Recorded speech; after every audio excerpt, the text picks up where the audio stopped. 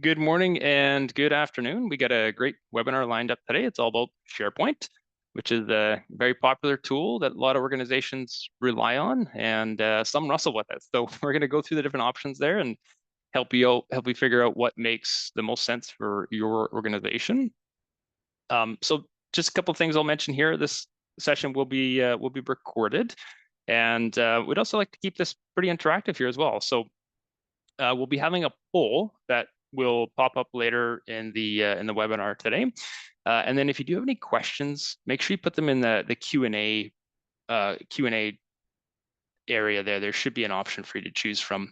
If you have any chat, if you want to have any comments or any reactions or anything you want to do there, again, we want to try to keep this interactive. So yeah, feel free to put them in the chat bar there. If you want to test it out, we'd love to hear where you're from, where you're dialing in from, and then we can get going.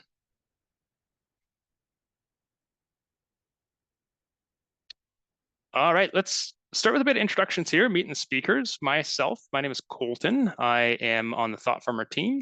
I'm an account executive with the sales team here, and I've been here for about 10 years.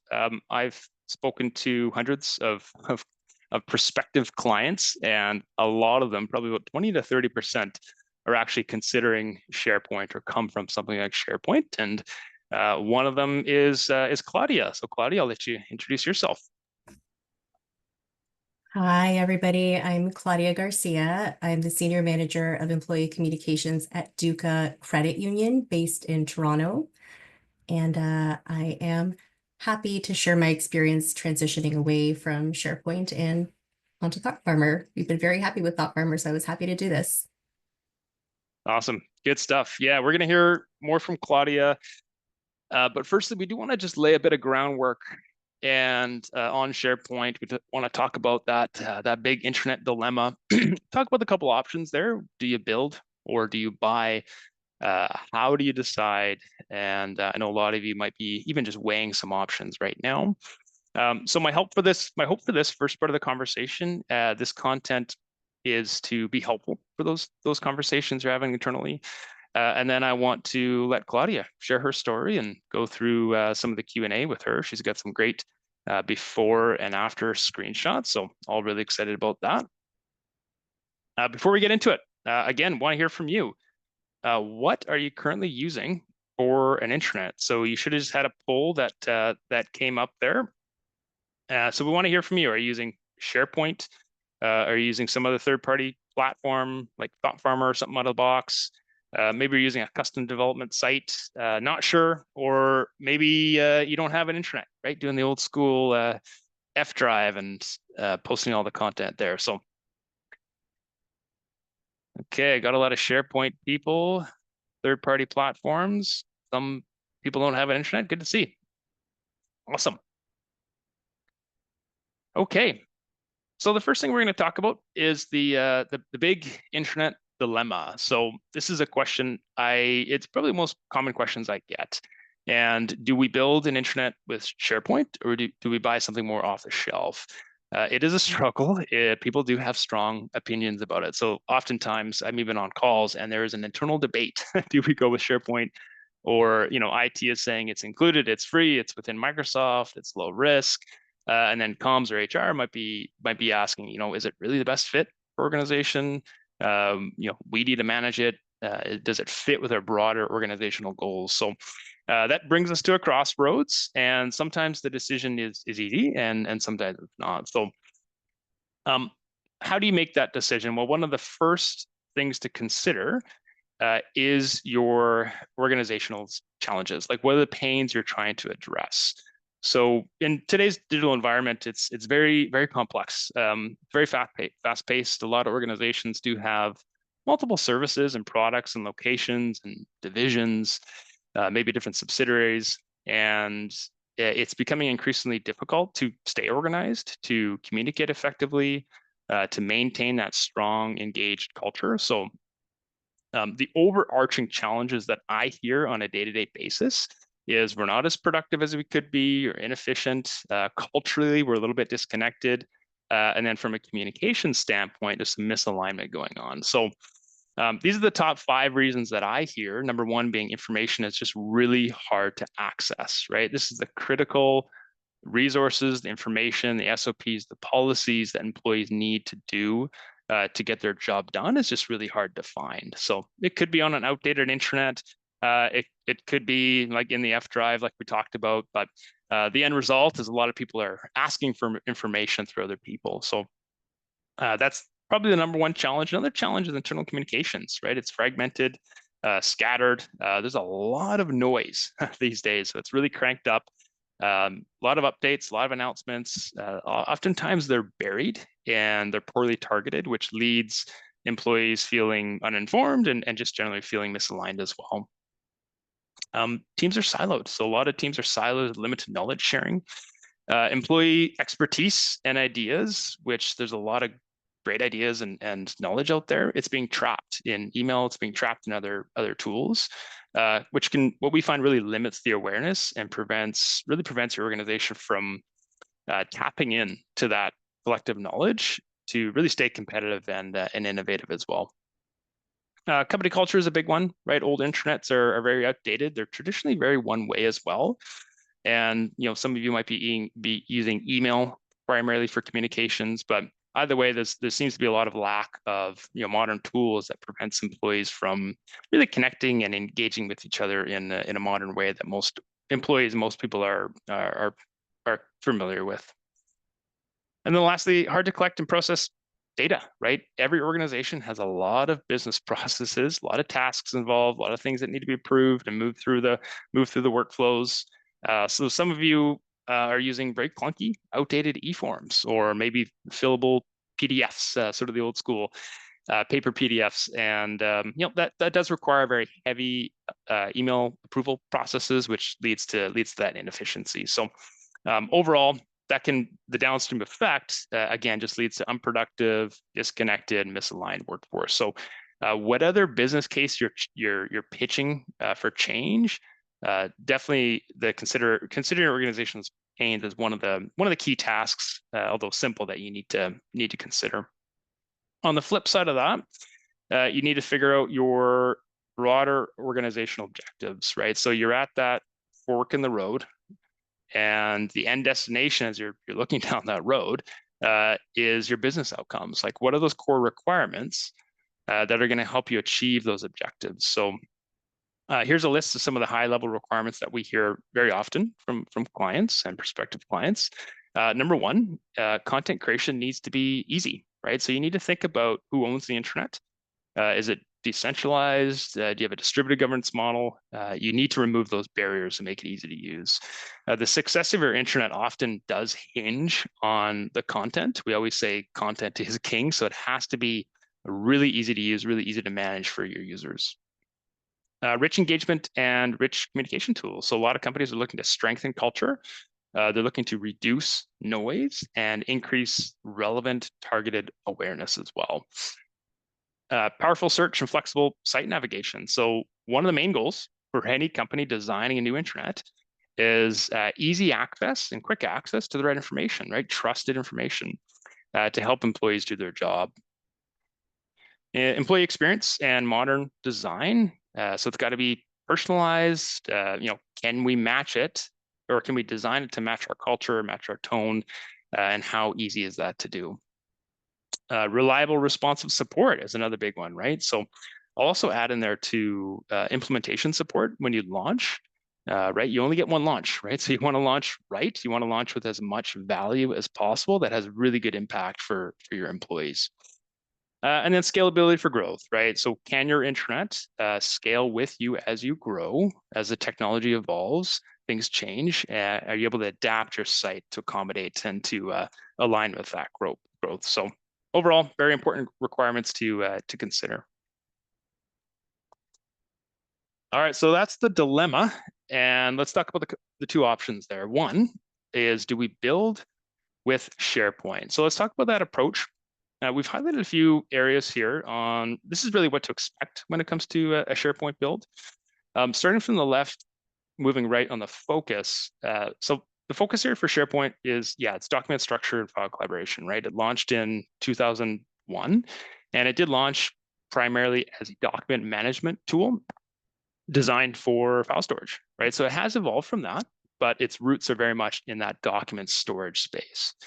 Approach, SharePoint does take more of a build it yourself approach, which can be incredibly powerful and flexible, but you can nearly do anything with it. And that flexibility does come with some complexity as well. So you do need to think of that potential resource load on your teams. Speaking for your teams, the ownership does tend to be technical.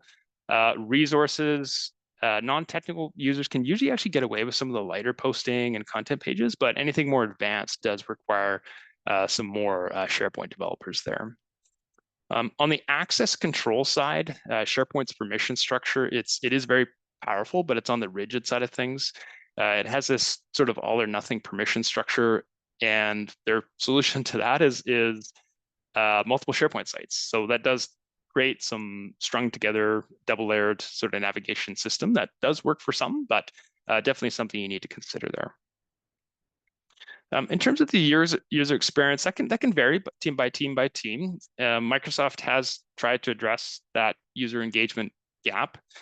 They've sort of built other tools and bolted them on, like tools and Viva Engaged. For some, that works, but others, it really lacks that unified, simple experience that a lot of people are looking for. And then engagement. So many, engagement adoption is typically on the lower side that we've seen, especially from people coming from SharePoint that are looking for something different, because it doesn't really have that modern social tools that a lot of people are used to. And a lot of SharePoint sites I've seen just come across a little more on the stiffer side, and it takes a lot to really get it up to be modern. And then the costs is, yes, they do come included with 365, can seem cost effective. However, anything that does have that build approach, you do need to take into consideration the payroll and the services that you need to build that out. So overall, high level expectations, pros and cons for both. It does work for some organizations, but definitely some factors that you need to consider with a SharePoint build. Okay, I did want to speak to some of those objections that I hear all the time. People are going up against different teams that have different opinions. This is especially for the SharePoint Pro camp. And yeah, here's some things we hear all the time. We already have SharePoint. Can't we just use that? Can't we just refresh it, make it look good? Some other ones we hear all the time is, hey, we need to keep everything in Microsoft, right? IT often views the SharePoint route is the path of least resistance as a low risk solution, right? SharePoint is familiar, it's widely used, offers teams that sense of control over infrastructure and security. And as the saying goes, no one gets fired for choosing Microsoft. So the big question though is it really the best solution for the whole company, considering your goals, your business objectives?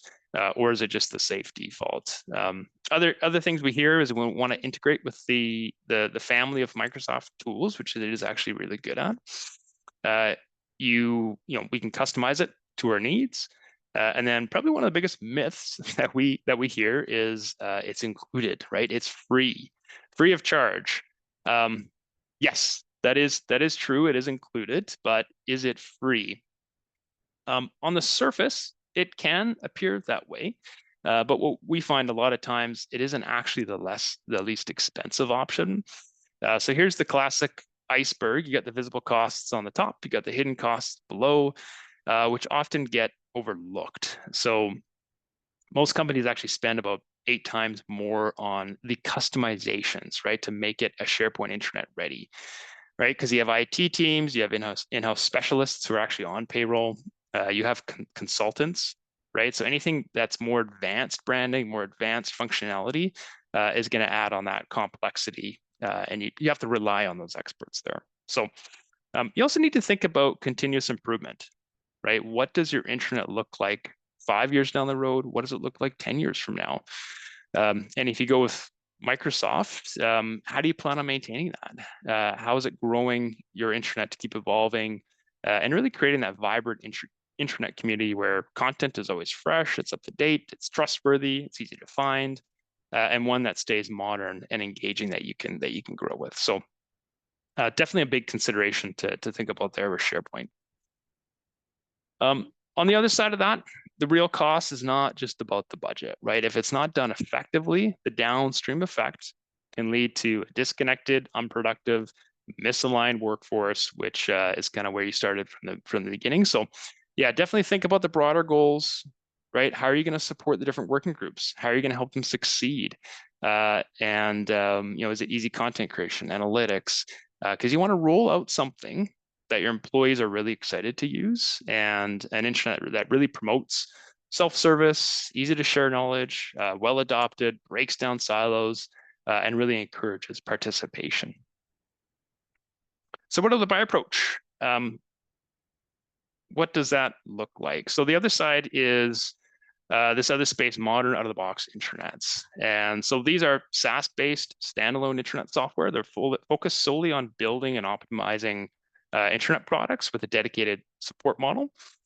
The core objectives is not just a place to store documents, but one that streamlines communication and fosters knowledge sharing, encourage people to collaborate and participate, connects employees, but also builds culture. What to expect with out-of-the-box products from a focus perspective, it is a communications tool with culture, connection, and that's actually a really good angle to take when you're talking to your team who have these legacy systems in place. When you're building a business case, the intranet is often viewed as that front door for your organization to keep people engaged and connected. So the angle of a communications tool is a really good angle to take. In terms of the approach, it's an intranet first, fully featured product right out of the box. Benefits are there's a full dedicated development team dedicated to enhancing the functionality of it.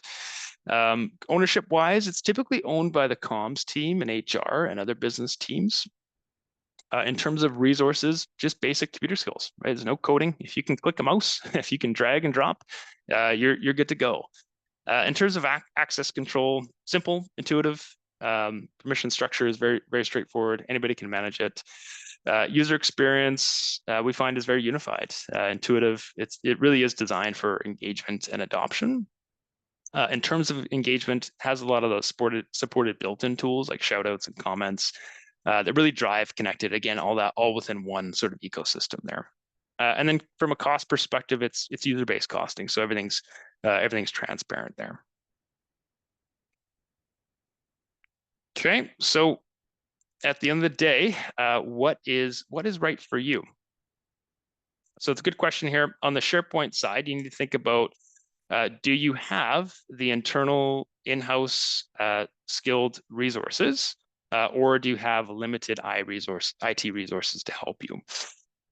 SharePoint, are you fully embedded and integrated with the Microsoft tools like Teams and SharePoint or maybe a few others?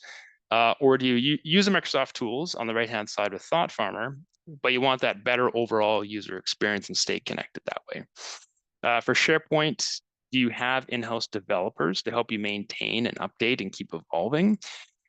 Or is it owned by your other business teams like comms and HR and marketing, where anybody can update and there's no coding required?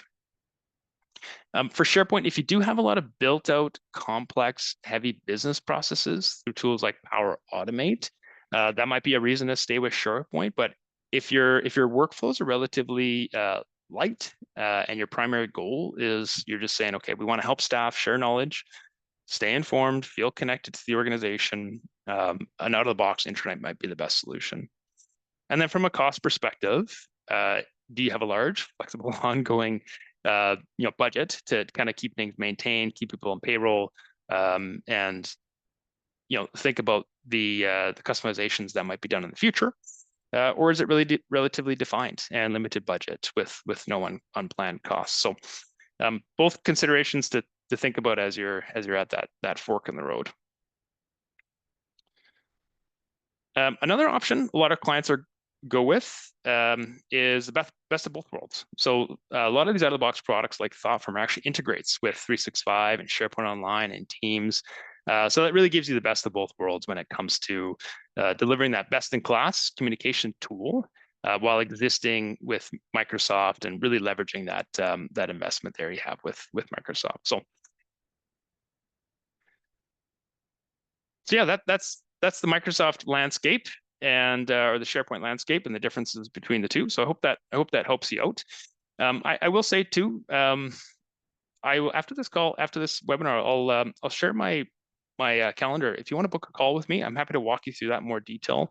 I've helped a lot of organizations just navigate that process, and ThoughtFarmer too has a lot of great resources when it comes to building that case for change.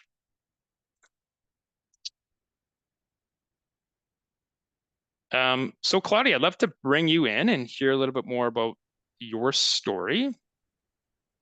And yeah, let me just move things around here.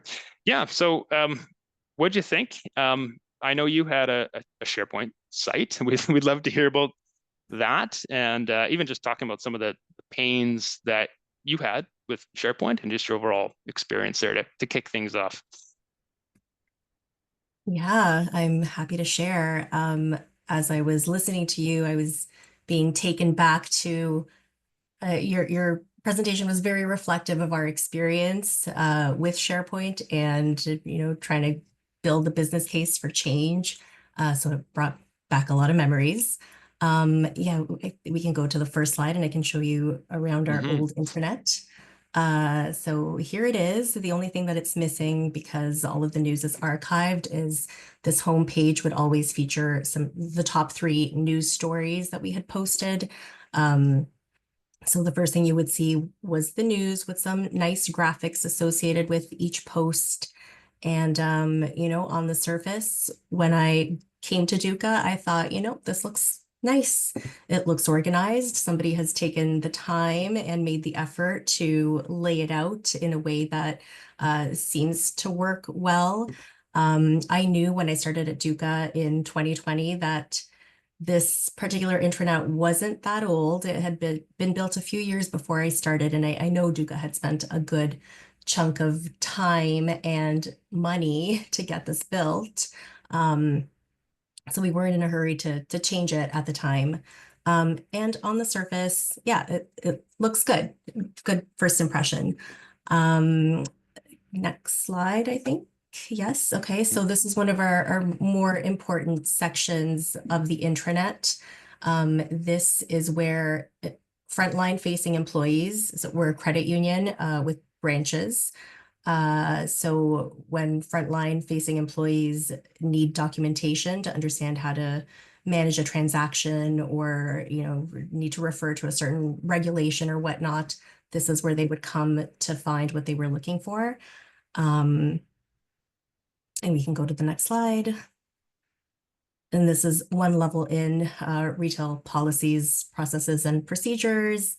As you can see, it is, we made some attempt at organizing the information between this slide and the next slide. We can probably go to the next slide. You can see that it's pretty link heavy. The layouts at our disposal were pretty constrained, so they're all organized in one continuous column. But we did our best. They're ordered alphabetically, and we tried to give them names that people could find easily. But this is what we had. It did the job, but if you scratch beneath the surface a little bit, that's where all of our frustrations lay.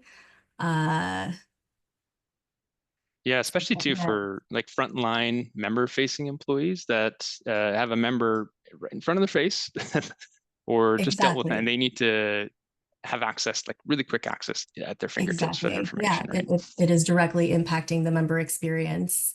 So Hmm. I think this is the last slide of our old intranet, so I can speak to the rest. But in terms of our frustrations, um, for us as editors, I think this experience might resonate with a lot of the more non-technical people on the call, but we know that what the back end experience is like. I did not enjoy the back end experience. Something as simple as replacing a file felt like it took 12 steps. You got to navigate to the right site content page and make sure you have the right folder. It was tedious Hmm. and annoying. Yeah. And then there was the fact that we as an internal comms team, there was only a certain number of things that we could do on the site. Like you said, Colton, we could replace the file, we could change around some of the content on the page, we could post a news story. But as soon as somebody asked us to do something more complicated, like create a new section, even move a section, or explore some kind of new functionality, that is where we had to rely on our in-house SharePoint specialist who reported into the IT team, but was essentially an extended part of the internal comms team. Um, so he was our first level support. When we couldn't get something done, he often could get it done for us. But we had to rely on his Hmm. availability, and there was some turnaround time involved in that. And not only that, when he couldn't figure something out, we had second level support with the original vendor who built the site. Um, and there were often cases where we had to rely on them, and they would charge us by the hour for their support. So Hmm. uh, And that there was was all that was that. kind of leads into my next question was like, Mhm, you're going along, and a lot of organizations are going along with status quo, like everything's mhm. working just fine. Yeah. What was the tipping point where you said you had to make a change? Yeah, it happened. It happened to happen that the Yeah. SharePoint specialist resigned. And that felt like it was a golden opportunity to think about, before IT rushes to replace this resource, like this SharePoint specialist was there primarily, their primary role was to support internal comms. And we thought, hold on a second. Let's just think about if this is the way forward that we want to maintain forever. Because once we hire this person that supports us, that's a constraint. Hmm. So it felt like it was a golden opportunity to look at, what the real costs were of SharePoint, of staying on with SharePoint, and look at the alternatives. So that's what happened with Yeah. us. So what was that decision making process then? Like, because right now, okay, we got a problem, we got to fix Mhm, it. mhm, Can you kind of walk us through what that internal decision making process was? Did comms take lead on that? Yeah, it was definitely us. So I report into the chief marketing officer, and she was very well versed in the challenges that myself and our team experience with SharePoint all the time. So she was not hard to convince, and she was a very important champion in this project with us. We also had to convince the IT team not to replace their SharePoint specialist resource. But again, this person spent the bulk of their time supporting the internal comms needs. So if we were saying that we might be able to function without this resource, they were willing to hear us out, and they weren't too hard to come around. Um, and and then there was the senior leadership team. So for them, what I found was, uh, like we said, like zeroing in on the impact that this was having on our member experience. There's a direct line from the intranet to a member having a negative experience if they are waiting too long to uh, complete a transaction, So that narrative really helped us with the senior leadership team, and citing industry trends as well. More and more organizations are using out-of-the-box solutions. I think that line probably came directly from ThoughtFarmer, but we found it very useful. Hmm. Let's keep up with modern times. So yeah, all of that was helpful, and ultimately we got a little bit of pushback, but it wasn't hard to convince people that for the organization, for that connectivity aspect, for engagement, for better, more integrated communications, this was the better, more modern way to go. Yeah, you're the lucky ones. Oftentimes, teams they get a lot of pushback, and Yeah. they really have to roll up the sleeves and pitch that business case. So, um, okay, so you had to make a change. You took lead on the project. Why Thought Farmer? What stood out to you about our product? And also, too, I'll just remind everybody there's the questions. Like, feel free to ask questions. We can answer them afterwards as well. And then, yeah, Claudia, you're gonna share us some screenshots in a little bit here. But yeah, Yeah. why Thought Farmer? Yeah, I remember we looked at a lot of internet vendors at the time. I was surprised at how many there are now. Um, Hmm. And after looking at a number of them, I found that a lot of out-of-the-box solutions offered comparable features, comparable, but sometimes it came down to a matter of preference. But anyway, what sold us on ThoughtFarmer specifically was, I think more than anything, it was the team. From the beginning, we've really liked the team, and it's been 3 years now, and we've kept up a really good relationship with ThoughtFarmer. So that makes a big difference, I think. Pricing was really competitive. We loved a lot of out-of-the-box features that were built specifically with internal comms needs in mind, because that's one of the challenges with SharePoint. It wasn't built for internal comms. So you guys could read our minds. Hmm. Um, the analytics piece was a big selling feature. We use it all the time to show the impact that internal comms is having. And we appreciated the flexibility it offered with custom solutions to things that were very DUCA specific that we were looking for. You guys managed to tweak some things to suit our very specific needs. So that Hmm. was great. Awesome.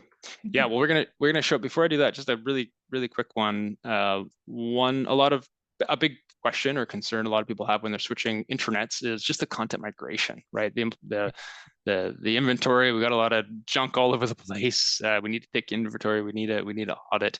Like, what was that? Can you talk us through what that process looked like for your team there? Hmm. Okay, I will say it's going to depend on the state of your content. So there might be people out there on the call, they've got their content all up to date and clean, and it's ready for the migration. Our case was not like that. We had a lot of outdated content with no owners sometimes. So for us, I think it took a bit longer than typical, this migration. But that's also because we were running into a lot of these conversations where, a team would claim that this documentation is very important. We have to bring it over to the new intranet. And then we would say, okay, that's fantastic. Let's bring it over. Are you going to be responsible for owning and maintaining this content? And they'd be like, no, that's not us. That's this other team. And then we would have that conversation with the other team and they'd say, oh, no, that's not us. That's this other team. Anyway, um, there were a lot of conversations like that were necessary to have. And in the end, we had to say, like, if we can't find an owner for a piece of content, it's just not coming with us, or we're going to be in the same situation that we were for years, where people can't trust the accuracy of information that they're finding on the internet because nobody's actually actively looking after it. Hmm. But in the end, it was very much worth it because we launched our new internet with a clean slate. We knew our content was accurate, up to date. Every piece of content had an owner. It was not fun while we were in it. The migration is not the most exciting part of the process, but it's very necessary, and we're so glad we did it. And Awesome. sorry, I will say shout out to the ThoughtFarmer team because you guys were super helpful in just like giving us templates for the migration, best practices, examples of what other people did, and even just the moral support was very helpful. Yeah, yeah. Well, it can seem like an overwhelming task, right? A lot Yeah, of times yeah. we kind of compare it to some of those HGTV shows like Hoarders. I don't even know if that's Mhm. still on. But yeah, all the junk is in their house. They take it Yeah, out, they renovate their house. The last thing you want to do is just take that junk and put it back in your house in a nicely totally. renovated house, right? Exactly. Yeah, awesome. Okay, at let's look at the Nest, your new site. Mm. Yeah, here it Okay, is. yeah, talk to us about it. Okay, so yeah, while we were building it, we were very excited at all the flexibility and control that the platform offered us. We got to revisit the navigation and make sure that it worked really well for us. It's accessible from anywhere you go on the internet, so helpful. We're able to change the navigation ourselves, which we could not do with SharePoint at all. Um, we were able to fit so much on the homepage and control what went on the homepage, which was so fantastic. So you can see we have news that goes into the carousel for that really big featured news that we want people to pay attention to. We also have a news stream down the middle where all news that is posted from across the intranet and all of these different spaces. We have a bunch of news feeds, but they all end up on the homepage. We've got quick links. We've got a link to communities. We've got a fun poll on the homepage. So there's a lot that we were able to do with this homepage. And should I talk about the launch? Sure. Yeah. I'm curious about the launch. I'm curious Yeah. about the nest and Right. Okay. what you mean by that extra. Yeah. Okay, so just to build up some of the excitement around the new internet, we did a few things. So we had a naming contest. We picked the nest. We thought it was fun. The mascot here, this little bird, he's fun. The nest because we are a credit union with branches, and thus it leads us to the nest and the birds. Nice. Yeah, thought it was fun. So yeah, these were employee submitted ideas for the name. We also had an email campaign where we would hone in on various interesting new features of the new intranet, things like likes and comments and enhanced employee profiles and even just better search. All of these things were improvements from what we had with SharePoint. So we made sure to hype those up and get people excited. We had some drop-in sessions at the office to show people around the new intranet. We held walkthroughs with our branches since it was really important for our branches to know how to use this new platform and where to find what they were looking for and to get their feedback and input before we did the full launch. So all of these things helped build the excitement and get buy-in. And yeah, it was a Nice. successful launch. Yeah. Good stuff. Yeah, Yeah. one question in the chat. They're just asking about content. Like, how do you identify like how to build out your intranet? What are the sort of those top level categories, and then where do you put that content as well? So it's a good question. As you can see here on your site, it looks like you have about DUCA, member Mhm. services. So you're kind of coming up with those top level categories and then sort of diving into those deeper layers, which the product ThoughtFarmer supports, but also our implementation services team actually helps with that as Mhm. well. So Mhm. looks like you took that top level content. Here we're in looks like we're in about DUCA. And then yeah, maybe walk us through your governance model and who owns what and how you train people and all that.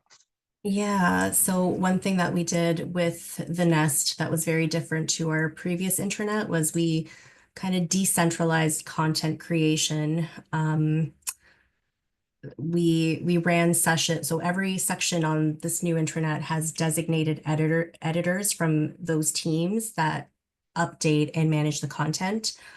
So as an internal comms team, our role shifted a little bit from being the ones that post all the time to we're now more consultants.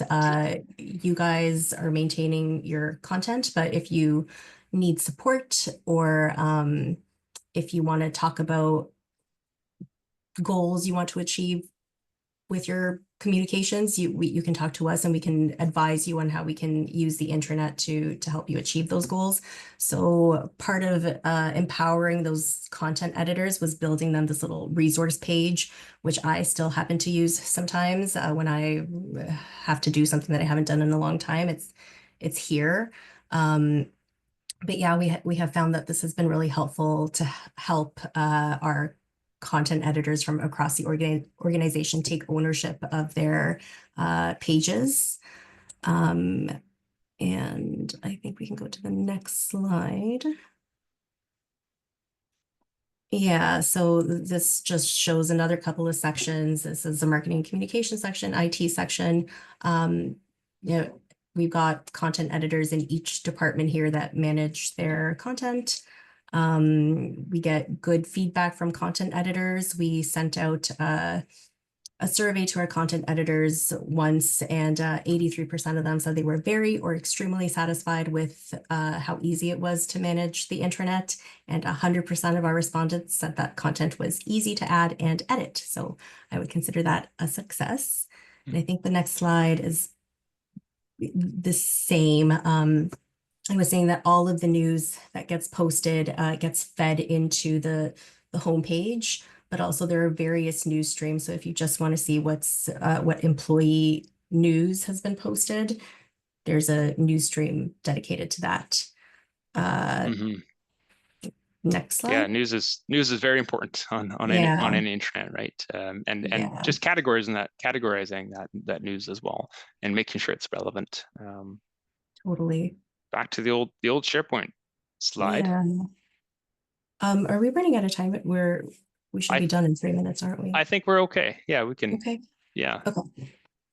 Okay, yeah. So as a reminder, this is our old serving members site, and the next slide is the new one. Yeah, so here it is. And again, this is a particularly important section for us. In the new site, this is completely owned by the retail banking team. I have very little to do with maintaining the site. And in fact, I would say the two people who manage this section probably know the internet better than I do, because they've had to uh, really tailor it to the needs of frontline employees. So right off the bat, you can see these pages are a bit more visually appealing, easier to navigate. It's a bit more of an intuitive design. Okay, we can go to the next slide. Yeah, I'll just add this one Oh, sure. here. Even just going from links to like thumbnail images that show a little bit more about what you're clicking on is just from an Hmm. accessibility standpoint, really Yeah, straightforward. totally. And here, they've managed to lay out information in a way that is much easier for our frontline employees to find what they're looking for. You can click around. If clicking around doesn't work, you can use the Control F, or you can search, and the search feature is so much better here than it was with SharePoint as well. So that's a big improvement and a big time saver for us. And next slide. Again, here's a screenshot of retail banking news. It's a tailored news feed for our frontline facing employees that tells them what they need to know without the noise of everything else that is on the homepage. And yeah, this here, I wanted to call out the analytics piece specifically because it has been so great for us. Um, For example, our CEO the other day was not convinced that people were interested in what he had to say. He wasn't sure if people read his stuff on the internet, but we were very easily able to pull up the stats and say, 60% of employees are clicking and reading your stuff, and you can see that like 75% of people leaders are reading your communications. So it's just we love the analytics piece. Um, it really helps us show the value of communications in general. So I wanted to share that anecdote and uh, illustrate how helpful those analytics are. Amazing. That's great. Thanks so much, Claudia. Really appreciate it. Great to see the transformation from the old site to the new site, and I think that was really valuable. We did have a couple of questions that Caroline has been on top of on our team answering, which is great in the chat there. So yeah, if anybody else does have any other questions, we'll wrap it up at this time. But yeah, just want to thank you, Claudia, and thank you everybody else for your time today. If you did want a deeper dive into ThoughtFarm, or something that we always do is we do free trial sites. So if you did want a free trial site, if you did want to, there's a lot of questions around content structure and content migration. What do we bring over? How do we ensure content's not duplicated? And making sure that people want to trust the information on their site, right? That's a really big one, or else they just start asking other people. So we have a lot of great tools that support that, like we mentioned in the chat there, content audit reports and content review tools that just keep content up to date and fresh. But yeah, definitely encourage you to stay in touch, stay connected if you need any help. on your intranet journey, just let us know. And thanks again, Claudia, and everybody else. Enjoy the rest of your day. Thank you so much, Colton, Caroline, Mark. Thank you, everybody. Thanks, Thanks. Claudia. Bye, everyone. Bye. Bye.